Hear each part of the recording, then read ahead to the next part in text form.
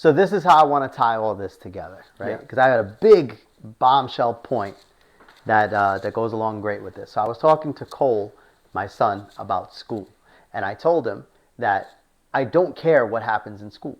You're getting taught by someone who makes $70,000, $80,000 a year, who probably will never be rich. If that's your goal, is to be rich, you're getting taught by somebody who makes $70,000, $80,000 a year that probably will never be rich, how to do simple math equations, read simple texts, things like that. And you know how to do math, you know how to read, is what it is. But if you really, really want to be the best at everything in life, and you really want to achieve your goal of having transcendent money, money that can actually change the world, right? Then doing well in school is just a small portion of it that has to be done. And why does it have to be done? Because if you don't do well in school, then you're going to have to pay for college, which is a big scam that indebts Americans and puts them into an indentured servantry for 10, 15 years of their life, where they walk out of college with a mortgage and they don't even have a house to show for it. They have a piece of paper that some $100,000 a year professor gave them that says that they know something, right? And they're dumber than ever before. They got brainwashed. But the point of it is, if you go to a top level school, an Ivy League school, where only other happy, or maybe not even happy, other rich people go, then you're going to make friends. You're not just going to be friendly, you're going to make friends. And I got to tell you, the connections that these people have and that their parents have are going to be invaluable. And there's nothing fake about it. You can't live in the same room with somebody and fake friendship. You can't go out to a bar and drink with somebody, go eat wings with somebody for Monday Night Football. You can't fake those things. That's not going to be fake. That's going to be a real friendship. It just happens to be a friendship that was strategically started with somebody that has the means to further your life, which will also then further humanity, because collaboratively, we got one intelligent person, one rich person. Maybe they're both intelligent, maybe they're both rich, who knows, right? And they're working together and they trust each other 100% because they watch Monday Night Football together. Maybe one of them drove the other one home drunk when they couldn't drive a car. I'm sure, if they met at college. And that's why you go to college. You go to college because there's no other way for you to lump all people together that have half a brain in their head, because you got to have half a brain to go to college. You have to have half a brain. And number two, if you go to a top level college or an Ivy League college, all of those people also are rich and have money. That's right. And it makes it so that the smart people and the rich people can get together and make the world a better place. And that's how you get like those secret societies or like clubs, like, you know, they have clubs that, like, you know, at Ivy League schools that presidents have been and senators, and that stuff is real. It's about making a connection with other successful, not even successful, other elitist people, elites, right? That's what the Ivy League is. Does DeVry still exist, like that technical institute that like you sign up on the phone or online or something? Well, I know that one of their big pitches was that they guarantee you a job. You want a guaranteed job? Become friends with smart rich people. Then you'll be guaranteed a job for the rest of your life. Not that I'm saying that having a job is the greatest thing, but if you want to start your path to success with what you know, then what you know right now is school, because you're in school. So that's what you know. So be the best at school. And if you're the best at school, you're going to meet the people that are going to push you through the door that you didn't even know existed. That's right. That's the focusing on what you know, not what you don't know. There is a problem today with colleges. Personally, I don't even know if I would send my son to college at this point until they kind of fix what's going on there. Because, you know, 12 out of 12 professors, 11 of them are Democrats. 12 out of every 13 or 11 out of every 12 are Democrats, one Republican. So they always talk about on these college campuses equity, right? Equity, inclusion. Where's the equity? Like, I don't want my kid learning from 12 Democrats and one Republican. I don't want my kid learning from 12 Republicans and one Democrat. You college elitists are the one that always talk about equity and DEI and all these things. How could you, well, we know you're hypocrites, but how could you say that and have a 12-to-1 ratio political party professors? That doesn't make any sense. Just like the college system has become, the funny thing is, it's all a psyop, right? Like, on purpose, they're teaching this stuff that they know doesn't work, and they don't even realize that they're the useful idiots. They think they're the smartest people in the country, these top university professors, but they're being used as pawns to promote this program that's really breaking down America. So we have to fix. And you said one thing that's really important. Can I get a job, right? I think that if we held colleges accountable, like if you give out, I don't know how many degrees they give out a year, 50,000 degrees a year, and 2 people get jobs. Well, guess what? You should have to pay a penalty for that. There should be some level of accountability for you giving out useless degrees. Because essentially, you're faking, you're lying. You're bait and switching people. They're not, you know that they're not going to be able to get a job with a gender studies degree. You know it. And you're still taking their money, you're still putting them in debt, you're brainwashing them, and you're setting people up for a life of failure, and really it's destructive for our country. So I don't know what you think the solution is. I thought you were going to go way bigger than that. I got a big problem with college. I thought you were going to go the opposite way, though. When they started with is genocide of Jews acceptable at Harvard? You lost me. You lost me. When you couldn't answer that question, I have no respect for you. None. So let's take it to the utilitarian perspective. Let's go with what we know, right? So we know that the James Webb Telescope exists. Yeah. And it's challenging scientific beliefs that we've had for hundreds, maybe thousands of years. We have quantum computers that are capable of learning, right? So they have access, the quantum computers have access to all of the information that ever existed. Yep. And do you know what makes a quantum computer a quantum computer? Is it the size of the chip? It can learn and solve. So a regular computer can learn. A regular computer can't learn. It can store information. AI can solve to a degree, only with the information given. But a quantum computer can now take complicated mathematical equations and solve them. The reliability isn't 100%. They haven't completely figured it out yet.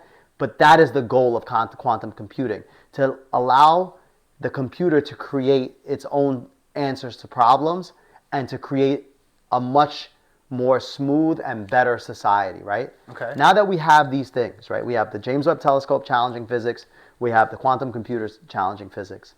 What's going to happen, and I'm not saying it will, but what's going to happen when we find out that all of the calculus, math, and the physics that we know is completely incomplete, and that what we're teaching our children, or what we've taught our children that got us this far, is missing a huge portion that now has to be added in?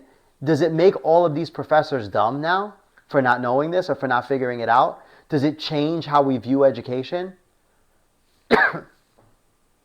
The way that I view education has already changed based on... Does that change it? I don't think so, because science has never been set in stone. A quote that I love is, science doesn't tell us anything, scientists do. Right? That tells you everything right there. Like, science has been wrong about pretty much everything for all of history. But let's say, for example, right? Forever. They've been wrong about everything. Doctors too. Let's just say the James Webb Telescope finds out that the Big Bang didn't happen, but the quantum computers calculate an equation that proves with undeniable certainty that creation did happen, right? What does that change? I think they proved that already. There was a beginning. Well, what does that change for the atheists? What does that change for the theists? What does that change? You see how once we move into this level of technology, there's going to be questions that are going to get answered that are going to split sides, and it really can't split the sides because the answer is correct. So then all the people on this side are going to have to move to this side. They're never going to do that. Emotionally, people can't even accept right now that COVID wasn't that serious. That COVID was a big overreaction. They look back on it and they say, well, I wore my mask because it was the right thing to do. They don't look back on it and say, no, I shouldn't have worn a mask because it was the wrong thing to do. They're so mentally scarred by it. They're so mentally scarred by it that they have mental trauma where either they don't remember that whole period of their life, or They don't remember it correctly. or they just sweep it under the rug Yeah. like it was nothing, even though it was such a big deal Yeah. at the time. And they were calling you grandma killer if you didn't wear a mask. Exactly, Like, and imagine. who are I you? remember the Breyers ice cream. The woman in the bank. She's like, "Oh no, I'm gonna go get my Breyers ice cream." Yeah, you know? yeah, I don't with her care. mask on. Yeah, Like, lady, maybe you shouldn't be going to get ice cream. If that's what you're worried about with your fucking, like You're so worried about your COVID, but you're going to get health ice concerns cream. Are so off, right? Like the ice cream is so important. I remember that. But yeah, these people, especially in academia, they are never going to admit, even if it proves with a fact, scientific fact, that their view is wrong, they're never going to admit it because it's part of their identity. You know, that's why they didn't want to fire the Harvard. You know, the white lady at Penn, she got fired right away. Mm-hmm. They didn't want to fire Claudine Gay, the black lady at Harvard, because it shows that their first black woman president was a plagiarizer and couldn't defend hate and anti-Semitism on campus. So, like, they tried as hard as they could to keep her there. And it's the same thing. They'll never, and even by letting her go, she still works there. She has a job on faculty. She makes $900,000 a year teaching. but what kind of They mental can't let what it kind go. of mental trauma are we going to be dealing with though? When if this happens, could you imagine the mental trauma? Look at us. It can't be any worse than now. I mean, half of our country is literally brainwashed and so stupid. I mean, you can find the videos from the Soviet Union in the 80s talking where the guy is telling you, we're going to implement this gender confusing program into your university system and degrade your society and teach you to hate America. You can find that video from 1980 of them telling you they're going to do it, and yet we don't get it. We don't get it. We still let our kids days off and get their brains melted on TikTok while the Russians are teaching their kids boxing and the Chinese are teaching them how to be men, and we're teaching our boys that maybe they're actually a girl. I mean, America has just fucking lost their minds, dude. And I don't know how we get it back. I don't know. We might have to wait for this whole generation to clear out of the education So system. I don't understand why it's okay for comedians to say what you're saying right now, because it's clearly not a joke, right? When Yeah. they say it. But why is it okay for a comedian to say, listen, you want to be a boy? Be a boy. You want to be a girl? Be a girl. But to what level do I have to participate? Why is it hate speech when the factual data and science that you love science, shows you have a penis, you're a man, or you're You just male, answered your own question. you have a vagina, you're a female, right? You're a woman. I call you her. My pronouns are her. His pronouns are him. Whatever the pronouns are. Why does that matter? Why does it matter what I call you? Like, do you have such little confidence in Yes, yourself that's the reason. and such little confidence in your own beliefs that somebody can't call you her without you getting offended? Why don't you just say, I prefer him? Like, why can't it just end at that? Why does it have to be, well, and then what about the confidence of the other person? Why does the other person have to be like, no, you were born a boy, so I'm going to call you a boy? Like, why does any of that even ever need to happen? Why can't it just be the person who says him and it's really, it's really a her, like, or it's really a him? I don't even know how to phrase it, but I get your question. a female to male transition, right? Yeah. Female to male, right? Female, No, sorry, male to female transition. that would be a trans woman. Trans woman, right? So I call her him. She says, I prefer her. Why can't I just turn to myself and say, this bitch is crazy? And then that's the end of it. That's the end of it. And then that's the end of it. Why does it have to go further than that? Why does that make Because- me hateful? Why am I hateful for that? Because, I'll tell you why. Exactly what you said in the beginning. They cannot have scrutiny in their ideology because it doesn't make any sense. So because they don't have science on their side, and they know this, they must have forced compliance at a broad scale. No, don't ask any questions, just say what we tell you to say. Because if you ask questions, it doesn't make any sense. And everybody knows that. Like, I don't want to get too much into it because like you said, I personally don't care. I just don't like the degradation of society. And I think it's all a systematic attack, whether it's people that want population control. Because guess what? You're transgender. What did you just do? You can't have a baby. You sterilized yourself. You didn't realize it, but you sterilized yourself. And there are people on the top that do want population control and will manipulate. I'm not saying every transgender person is manipulated. However, some certainly are, right? So this is a way to get population control. Same thing with pushing gay marriage. What can two gay men not do? Have babies, right? They don't want a strong nuclear family, which is the biggest opposition to government control. So they're going to try every way they can to systematically take that apart from the university system down, teaching kids to hate America. I've never seen anything like it. When I was growing up, you know that song, America, fuck yeah. Yeah, from Team America World Police. That's how I think of America. Yeah. Like now these kids, they hate America. What are you talking about? Well, you kind of got me riled up, right? Sorry. Because of the science discussion, right? Yeah. So I understand, right? And I don't want to make this a whole trans thing, but Yeah. it has to be said, right? I understand if psychologically you feel a certain way. But how can you view, when is it too far? When are you crossing the line? Like, I'm not telling anybody what to do with their body. But I have a number of medical conditions that are looked upon as cosmetic. Really just one medical condition that's looked upon as cosmetic. I don't know if you could see it in the camera, but I have these little white spots on my eye that I can't get removed through insurance because it's a cosmetic procedure. But someone who feels like a woman that has a penis can get their penis cut off and have a whole new pipe system created down there, all covered by insurance. Why is that? Why is it that you can make that choice with your body, which is going to put a strain on the healthcare system because people's premiums are going to go way, way, way, way up because of all these medical procedures that are going on, people changing their gender, people going for psychiatric help. You know, once you change your gender, patient for life. You're a patient for life, and they got you. Do you want to talk about money? They got you, right? You want to talk about slavery? They got you.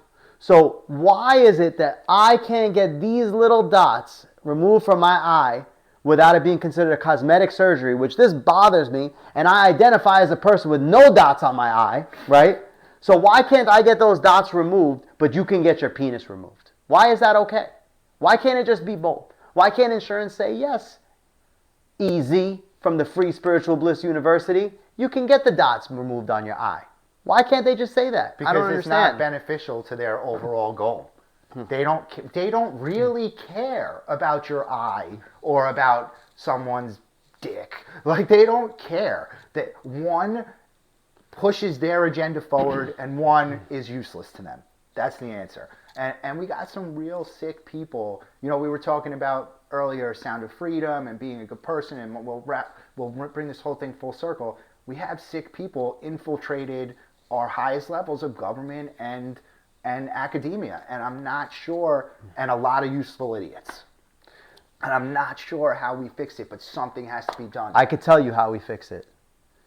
And that's how we're going to end off the video, with Andrew giving us the 3 key components to number 1, being a winner, and to number 2, living a better life. Go. Focus, gratitude, and then bringing your mind and your heart together, meaning you're focused on positive things and you feel like you've already achieved your goals and you're moving toward a goal that is beneficial to not just a selfish you, but to society as a whole. And if you're right, if everyone does this, then that will fix the problem. However,